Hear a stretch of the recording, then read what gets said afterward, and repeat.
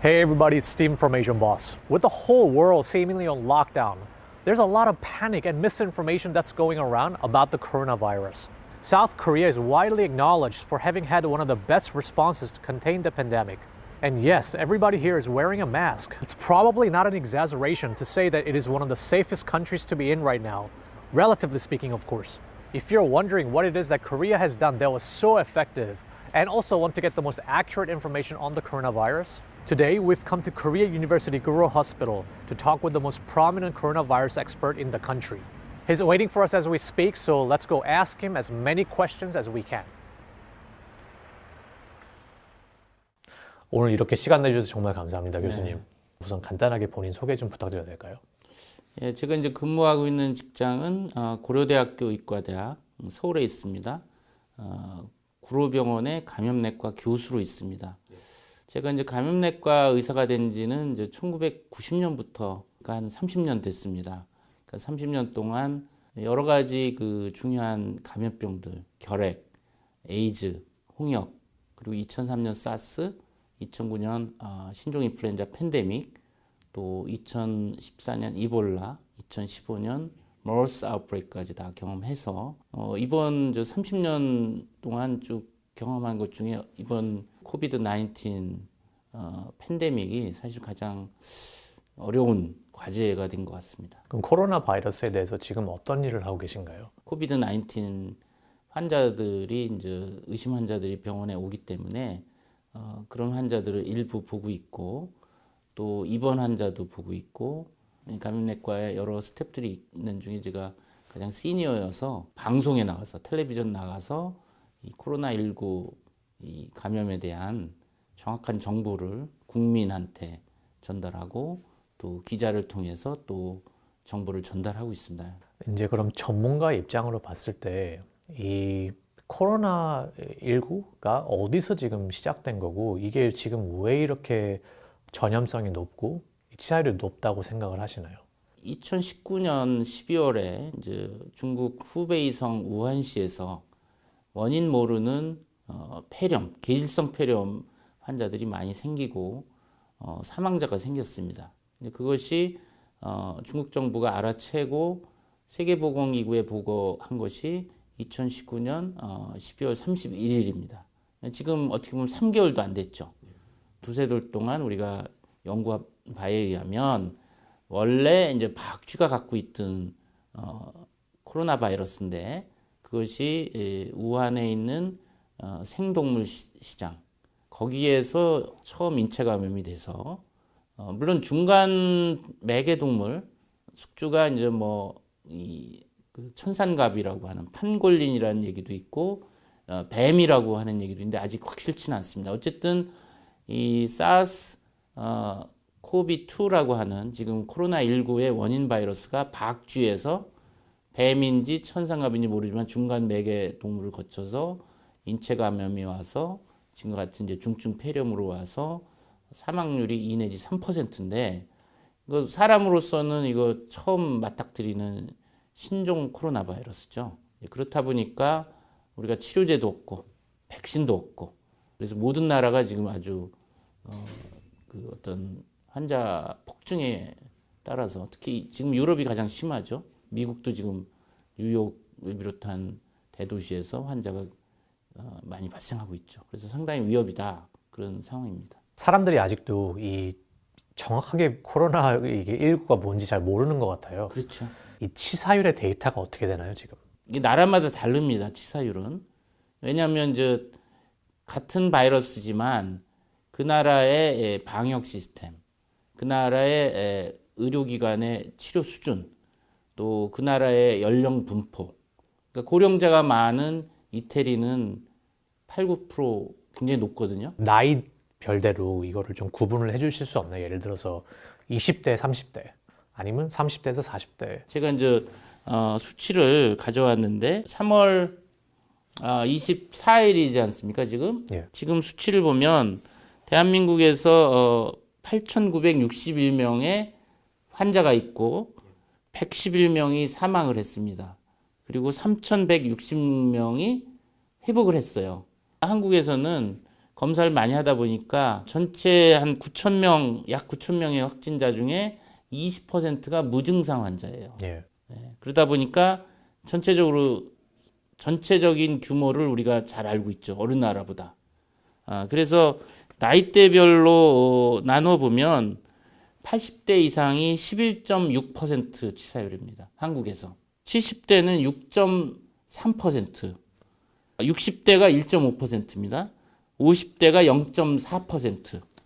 그리고 이제 젊은 건강한 사람들이 이제 굉장히 관심이 있을 텐데 한국에서는 40대에 1명, 30대에 1명이 사망했는데 40대에서는 치사율이 0.1%, 30대도 0.1%입니다. 근데 지금 20대, 10대는 없어요, 사망자가. 그러니까 어떻게 보면은 한국에서도 사망자의 90%는 60세 이상의 고령자에서 발생하고 있는 거죠. 그럼 이 바이러스가 왜 고령자한테만 이렇게 위험한 건가요? 신종 바이러스이기 때문에 백신도 없고 치료제도 없기 때문에 오로지 바이러스 감염됐을 때 싸울 수 있는 무기는 본인의 면역 방어 시스템이에요. 그러니까 10대, 20대, 30대, 40대까지는 가볍게 앓고 뭐 1, 2주 정도 몸살 감기로 앓고 대부분 낫게 되죠. 그럼 이제 증상이 아예 없을 수도 있고. 없을 수도 있고. 지금 우리나라 한국 자료 보면 전체 9천 명 중에 20%가 증상이 없어요. 이게 이제 함정이죠, 어떻게 보면. 증상이 없으면서도 전염성이 있기 때문에 이게 함정이라는 거죠. 그런데 60세 이상을 넘어가면은 면역이 노화가 됩니다. 임뮨 세네센스라고 하는데 특히 80대 이상 되면은 우리가 암 환자처럼 면역이 비유하자면 암 환자 면역 떨어지잖아요. 예. 그런 것처럼 80세 이상이 되면 급격하게 면역이 떨어집니다. 그러다 보니까 바이러스가 80대, 70대에 침투하면은 제대로 이겨내질 못하고 압도돼 가지고 바이러스가 폐렴이라든지 또 그 전신에 이제 염증을 일으켜서 이 고령자에서는 중증 질환으로 가고 또 위중한 크리티컬한 컨디션으로도 가고 사망 위험이 높은 거죠. 또는 만성 기저질환, 소위 이제 크로닉 메디컬 컨디션을 갖고 있는 분들인데 이분들은 뭐 60세 미만이라도 만약 심혈관 질환, 심장 혈관 질환이 있거나 만성 폐 질환이 있거나 당뇨병이 있거나 담배 많이 피는 사람들. 왜냐면 호흡기에 담배 피면 호흡기에 니코틴이 많이 끼면서 이 호흡기가 상처 나고 그래서 담배 피는 사람도 중증으로 가고 뭐 그게 아니더라도 뭐 그 면역 억제제, 스테로이드라든지 항암제 쓰는 사람들도 위험합니다. 그러면 이제 한번 걸렸어요. 난 다음에 또 걸릴 수 있는 건가요? 네. 지금 그게 이제 굉장히 두려운 거죠. 지금 아직 모르는 부분이 많아요. 보통 우리가 어떤 병에 걸리고 나면 항체가 생깁니다. 대개 2주 정도 되면 항체가 생겨요. 그 다음에 같은 병에 안 걸려요. 지금 코로나19의 경우는 코로나19를 걸리고 나서 회복을 해서 퇴원했어요. 근데 한 5일 내지 7일 뒤에 다시 증상이 나오고 바이러스가 또 나오는 그런 재발 사례들이 있거든요. 그런 경우들이 가끔 있습니다. 그러면 이 코로나19라는 게 어떻게 걸리는 거예요? 예를 들어서 사람들의 인식은 이게 내가 숨만 내쉬어도 걸린다. 아니면 이게 무슨 어떤 내 얼굴에 재채기를 해야지만 걸리는 거다. 되게 이제 크게 세 가지입니다. 이 주로 이게 호흡기로 바이러스가 들어와서 염증을 일으키면서 열이 나고 기침하고 호흡곤란 있고 이게 이제 주증상인데 그러면 환자가 이제 기침 재채기를 하면 드랍플래시라고 비말이라는 게 이렇게 나옵니다. 침 튀기는 거잖아요. 예, 침 튀는 건데 그 비말이라는 거는 그 침방울이 5마이크론보다 큰 거를 드랍플렛 비말이라고 합니다. 그 안에 수많은 바이러스가 포함되어 있죠. 침방울에. 그 환자로부터 나오는 침방울에. 근데 이제 5마이크론보다 크다 보니까 이게 기침 재채기를 하면 이렇게 포물선을 그리면서 1m 이내 아니면 멀면은 뭐 2m 이내에 떨어지죠. 그러면 눈이나 코나 입의 점막으로 바이러스가 침투하는 거예요. 눈으로도 들어갈 수가 그렇죠. 있는 거네요. 네, 점막으로. 소문에 뭐 쳐다만 봐도 걸린다라고 하는데 그건 잘못된 정보고. 아니면 그냥 공기로 이렇게 그 사람이 지나갔는데 그 다음에 한참 있다가 지나가면 뭐 걸린다 약간. 그건 이제 공기는 좀 다른 거라 이제 다시 설명을 드릴 텐데 가장 흔한 거는 이렇게 비말로 기침 재채기로 전파하는 게 하나고 두 번째는 그 콧물 재채기가 있으면 우리가 손으로 이렇게 비비잖아요. 알게 모르게 무의식적으로. 그럼 손에 콧물이 묻으면서 바이러스가 묻는단 말이에요. 예. 그럼 그걸로 제가 악수를 한다. 그러면 이제 악수를 통해서 접촉 전파가 되는 거죠. 이게 두 번째고, 또 하나는 제가 이제 환자가 기침 재채기를 하면 그 비말이 이런 탁자라든지 또 아니면 손잡이라든지 컴퓨터 키보드라든지 이런 데 묻어요. 그러면 이 짧으면 수시간, 길면 3, 4일 그 이상 장기간 3, 4일 살아있어요. 네.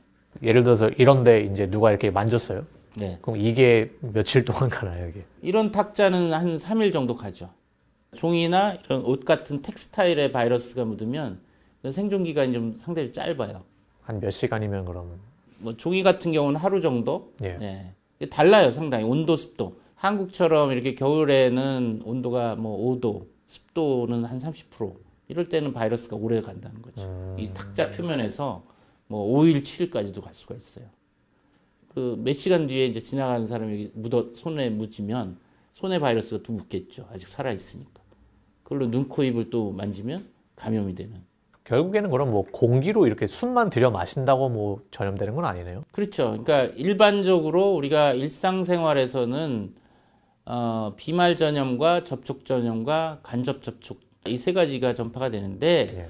단 특수한 상황에서는 공기 전파가 가능한 거죠. 공기 전파라는 건 이제 에어로졸 트랜스미션이라고 그러고 또는 에어본 트랜스미션이라고 하는 건데 지금 신천지 교회에서 대한민국에서 뭐 수천 명 그 환자가 생겼지 않습니까? 10층에 교회가 있었는데 거기에 그 밀폐된 공간에 겨울철이다 보니까 창문도 닫혀 있죠. 거기 수백 명의 사람이 빽빽하게 1, 2m 내에 빽빽하게 앉아서 수시간 동안 예배도 보고 또 찬송도 하고 노래로 부르면 그 안에 환자가 있는 경우 비말이 많이 나올 거 아닙니까? 그렇죠. 우리가 그냥 대화를 할 때도 침이 조금씩 튀잖아요. 근데 뭐 노래 부르고 뭐 소리 지르고 하면 뭐 그 비말이 엄청 나올 거 아니에요? 그런 경우에는 이 비말이 5마이크론 이상 크기인데 그 안에는 중력이 작용하기보다는 수많은 사람이 소리 지르고 하니까 이 비말이 1, 2m 내에 이렇게 안 떨어져요. 공기 흐름이 수직이 아니라 수평으로도 가니까. 그러면 그 비말이 소리 지르면 1, 2m를 넘어서 이렇게 멀리 가면서 이게 마릅니다. 그러니까 5마이크론보다 작은 사이즈로 작아져요. 그게 이제 에어로졸인 거죠.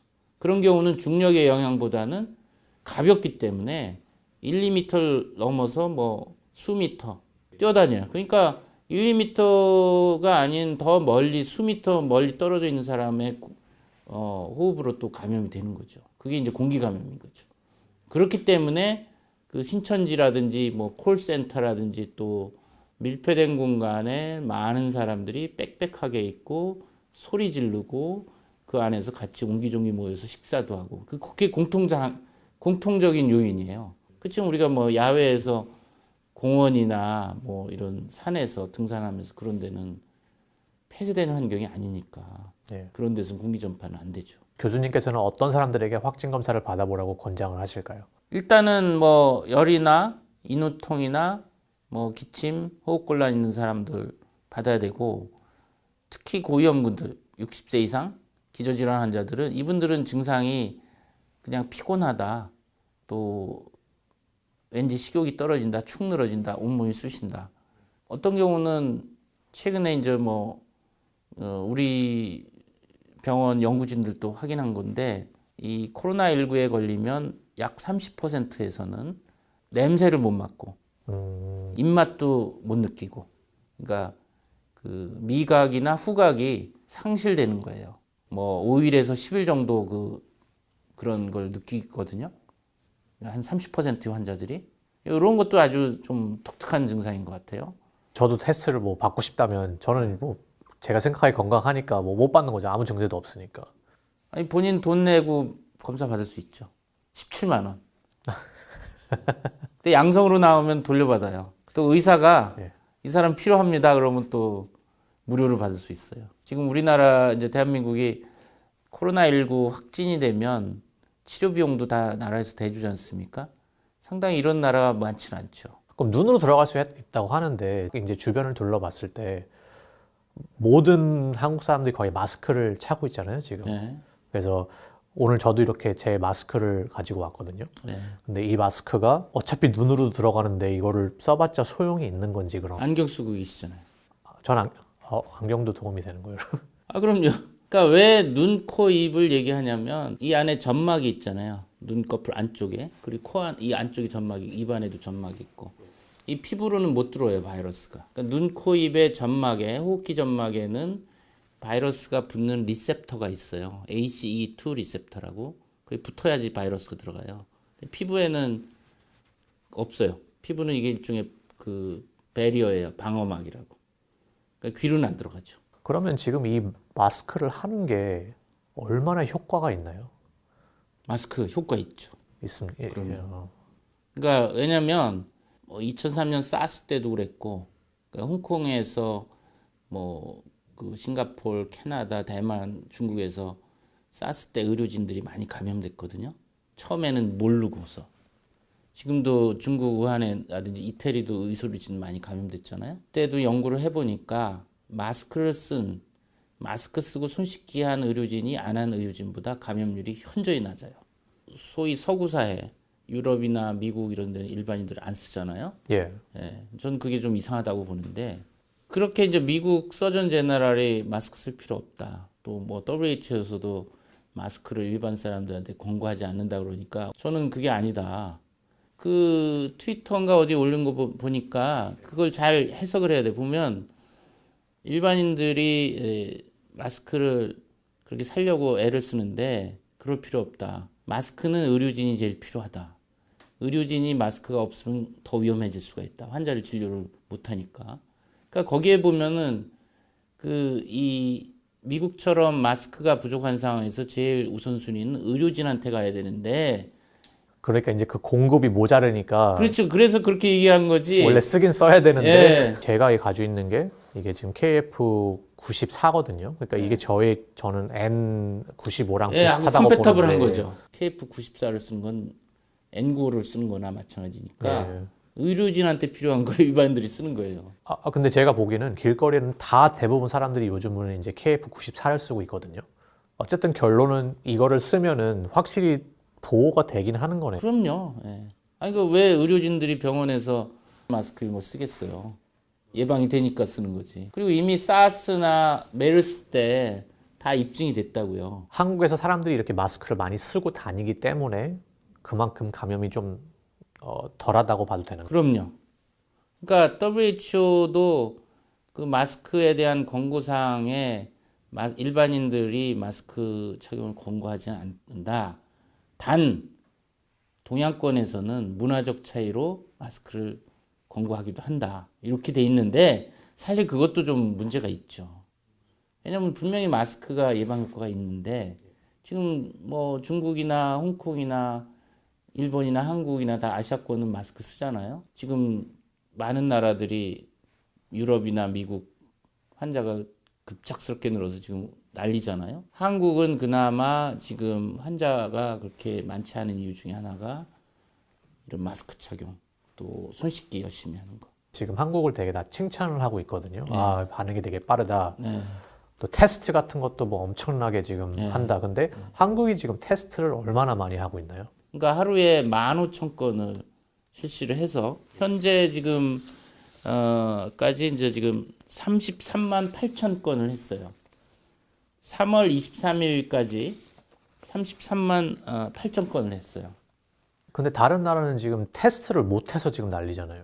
근데 왜 한국이 어떻게 이렇게 빨리 테스트를 거의 30만 건을 넘게 할 수 있었나요? 한국이 왜 이러냐면 2009년 신종 인플루엔자 팬데믹을 겪었고 또 2015년 5년 전에 머스 아웃브레이크를 겪어서 많은 국민들이 그 교육을 받았어요. 그 교훈을 얻었다고요. 그걸 겪으면서 손 씻기와 마스크 착용이 예방이 되는구나. 머스 아웃브레이크 때 그때 이미 우리는 진단 키트를 빨리 개발해서 사용하는 것이 중요하다라는 걸 알고 있었어요. 제가도 뭐 머스 아웃브레이크 때 그 국가적인 래피드 리스폰스 팀장으로 이제 그걸 직접 방역의 일선에 있었는데 그때도 제가 제일 중요한 거는 우리가 백신이나 치료제는 개발할 수 없어요, 초기에. 그렇지만 진단키트는 PCR이라고 하는 아주 우수한 분자진단 검사법이 있기 때문에 제일 먼저 강조한 것은 진단키트를 빨리 개발해서 널리 배포하는 것이다. 왜냐하면 환자가 열이 나고 기침하고 의심 왔는데 코로나19인지 아닌지를 알아야 예. 환자를 격리하고 치료하고 또 그 사람이 돌아다닌 그 동선을 따라서 접촉자를 또 찾아서 증상 있으면 검사하고 또 격리하고 이게 방역의 핵심이거든요.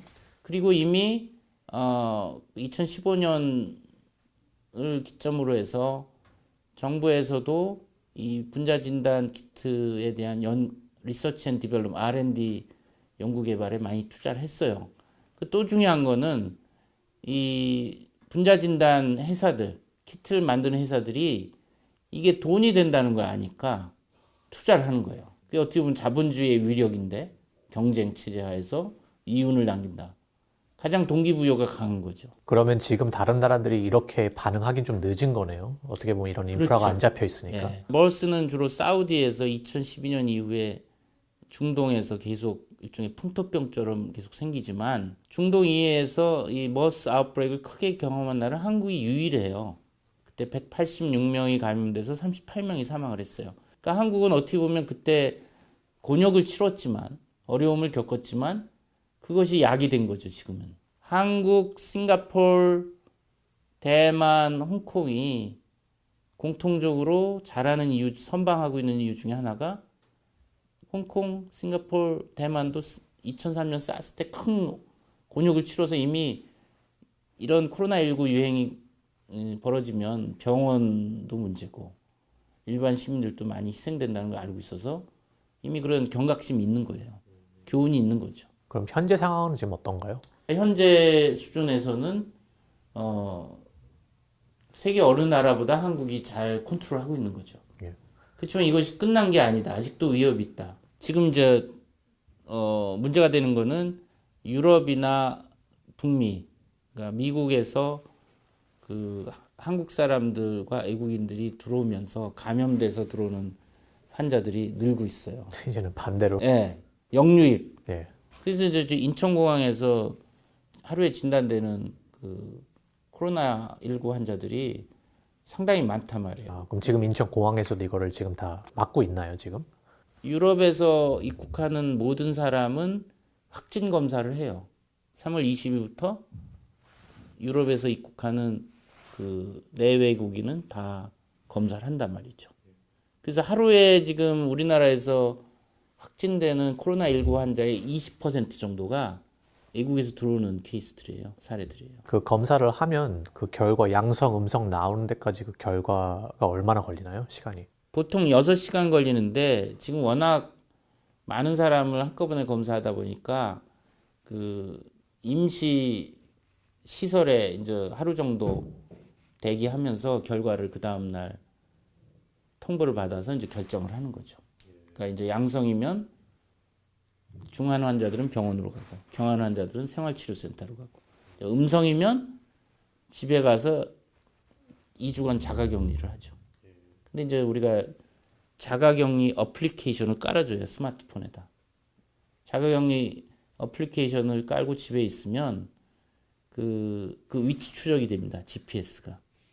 벗어나면 이게 이제 그 경보음이 울려서 이제 벗어났다. 자가격리를 이탈했다. 그리고 증상을 앱의 어플리케이션에 하루에 2번 입력을 해야 돼요. 열이 있는지 뭔지. 왜냐하면 자가격리자 중에 2주 동안 잠복기에 있는 사람들은 증상이 시작할 수가 있거든요. 그러니까 그 어플리케이션에 또 그 증상을 넣는 거죠. 그러면 이제 그 모니터하고 있는 사람들이 만약 이걸 입력을 안 하면 이 사람 뭔가 자가격리 안 한다. 연락을 하게 되죠. 저는 그렇게까지 하고 있는지 몰랐거든요. 물론 이제 인권 문제도 좀 있습니다. 위치 추적하는 거를 그게 맘대로 해도 되냐. 물론 뭐 아마 동의를 받겠죠, 뭔가. 왜냐면 미국 같은 데서는 절대 안 될 것 같은데. 그렇죠.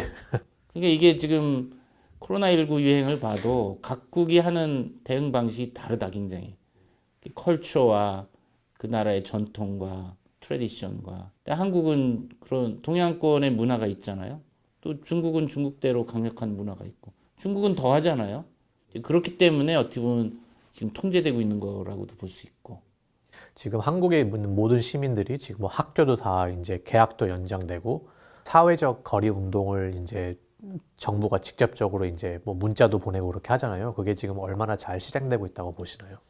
20일, 요 며칠 전부터 국무총리가 이제 특별 담화문을 해서 사회적 거리 두기를 강력하게 권고를 하고 있어요. 그러니까 종교시설하고 또 유흥시설, 술집 뭐 이런 거, 그 다음에 실내 체육시설.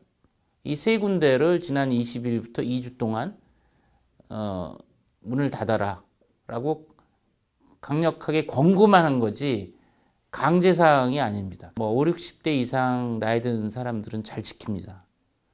근데 이제 문제는 10대, 20대 지키기 어려워요. 왜냐하면 10대 같은 경우는 대한민국에서는 교육이 제일 최고거든요. 아무리 아프고 열나고 힘들어도 학교 가야 되고 학원 가야 돼요. 지금 학교는 개학을 연기했어요. 초중고등학교. 이 코로나19 때문에. 근데 아이들은 저녁에 학원을 간단 말이에요. 그러니까 학교를 아무리 폐쇄하고 있어도 저녁에 학원 가가지고 지금 뭐 지난 주말만 해도 한 90%의 학원이 문을 열었다고 합니다.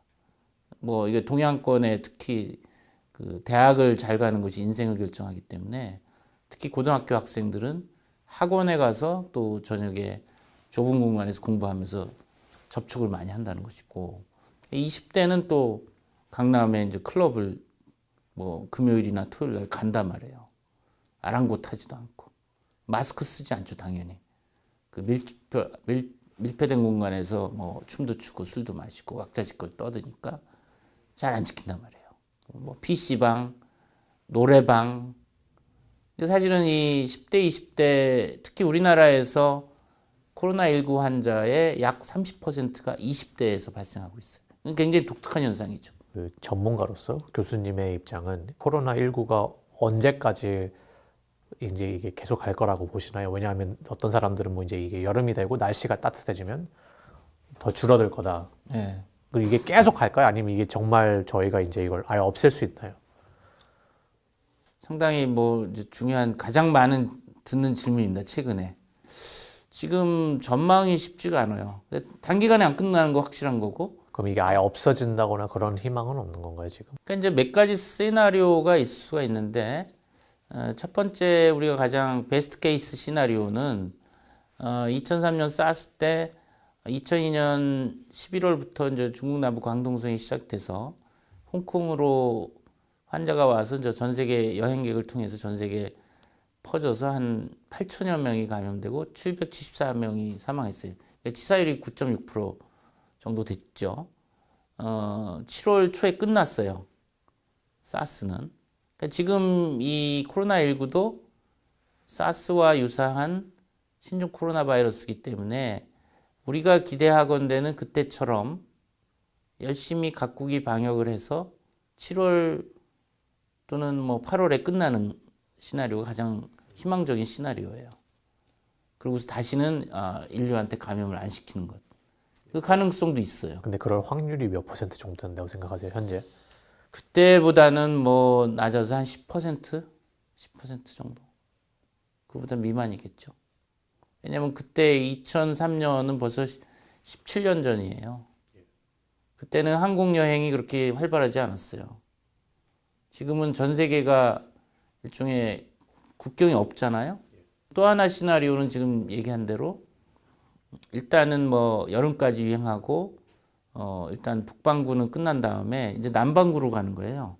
호주라든지 저쪽 남아프리카 공화국 남미는 그때 겨울이 되거든요. 그리고 또 이제 10월, 11월에 이제 북반구로 또 오는 거죠. 우리 독감처럼 계절 독감처럼 순환을 하는 거예요. 세 번째는 우리가 이제 운 좋게 백신을 개발해서 백신을 접종해서 이제 전 인구도 와서 우리가 이제 천연두를 1980년도에 백신 접종으로 지구상에서 소멸시켰듯이 백신이 아주 효과적인 백신이 나온다면 그걸 접종을 해서 유행하지 않게 끝내 종식시키는 그것도 하나의 시나리오이긴 한데 가장 야심차면서도 달성하기 쉽지 않은 시나리오죠. 이거 백신이라고 하시면 지금 이 백신 개발이 어디까지 와 있는 상태이고 이게 지금 이제 나와서 시장에 나와서 대중들이 이거를 다 접종을 받을 때까지 시간이 얼마나 걸릴까요? 이 타임 프레임을 좀 주시면. 새로운 병균의 백신 개발은 10년 내지 15년 걸리고 돈은 1조 원이 들어요. 이게 지금 100일도 안 된 바이러스고 이제 유전자 안지도 뭐 2개월밖에 안 됐어요. 미국 알레르기 감염병 연구소의 이제 소장 안토니 파우치가 얘기를 했단 말이에요. 빠르면 모든 게 성공적으로 잘 진행이 된다면, 그러니까 우리가 백신 임상 시험을 건강한 성인 뭐 일상부터 시작해서 쭉 3상까지 가는데 순조로이 되면 18개월이다. 그 모든 일이 순조로이 됐을 때 얘기거든요. 근데 만약 그 미국이나 중국이 백신 개발에 성공했다고 하더라도 다른 나라에 백신을 한 알이라도 줄까요? 미국 인구가 3억 2천인가요? 굉장히 많잖아요. 그거 단기간에 미국에서 자체 생산해서 그거 놓기도 불가능할 거예요. 결국 이제 우선순위를 누굴 먼저 놓을 거냐. 일반 사람들이 백신 접종을 할 수 있는 거는 시간이 엄청 많이 남은 거예요. 10대, 20대 건강한 사람들은 백신 맞을 수 없을 거예요. 현재 지금 백신 개발에 또 참여를 하고 계신가요, 지금?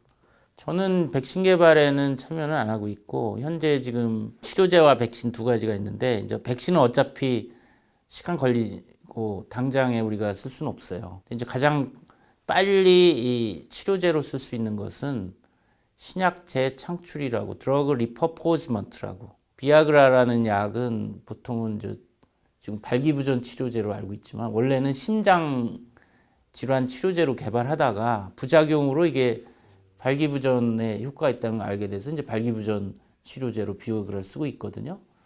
그런 거와 마찬가지로 기존에 다른 감염병으로 치료제로 이미 허가돼서 사용되고 있는 약을 코로나19라는 병의 적응증, 인디케이션으로 사용하는 것을 이제 신약 재창출이라고 그래요.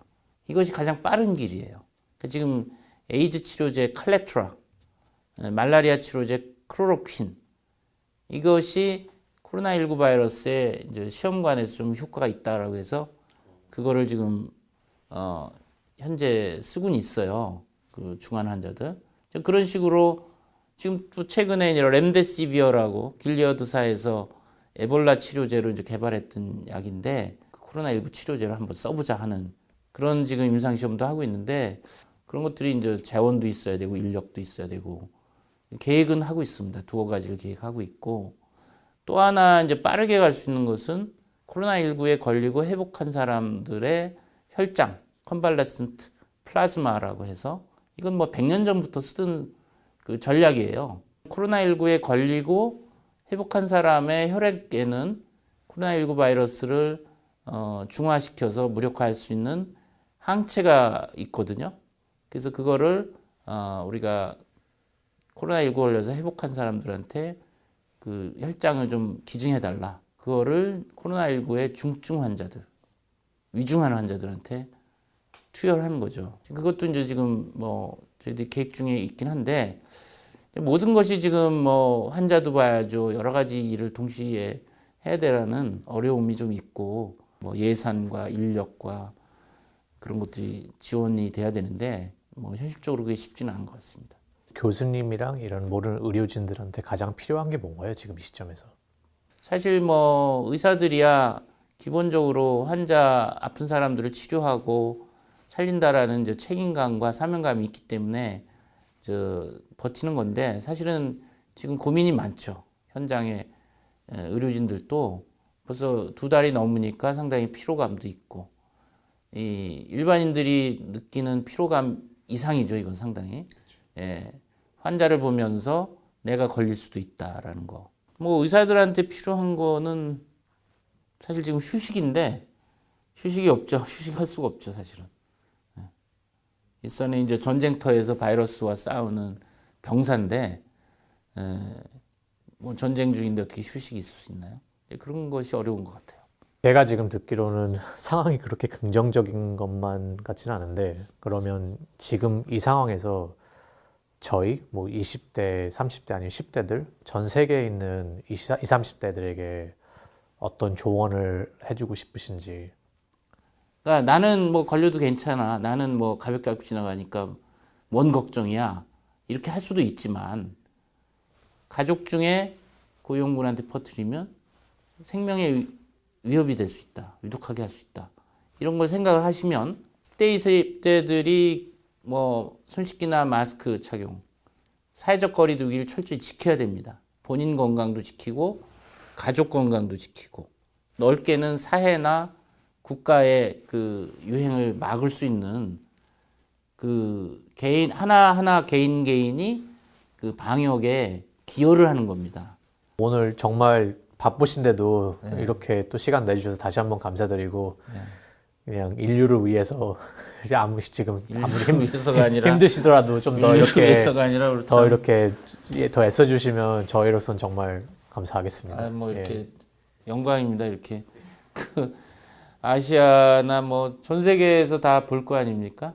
예, 그래서 한국에서의 그 이 코로나19에서 잘 대응한 점들을 다른 나라들이 좀 본받고 한국에서 잘 못한 부분은 또 본받지 말고 그건 좀 교정해서 잘 전략을 짜면 될 것 같아요. 그러니까 중요한 거는 이건 사이언스다. 겸손해야 돼. 자만하는 순간 우리는 당한다고. 그러니까 아마도 뭐 미국이나 유럽 국가들은 자만했을지도 몰라요. 마스크 별거 아니야. 이랬을지 몰라요. 근데 우리는 겸손해야 된다. 끝까지. 끝난 게 아니다. 끝날 때까지 끝난 게 아니다. 네. 그게 이제 제가 하고 싶은 말입니다. 수고하셨습니다.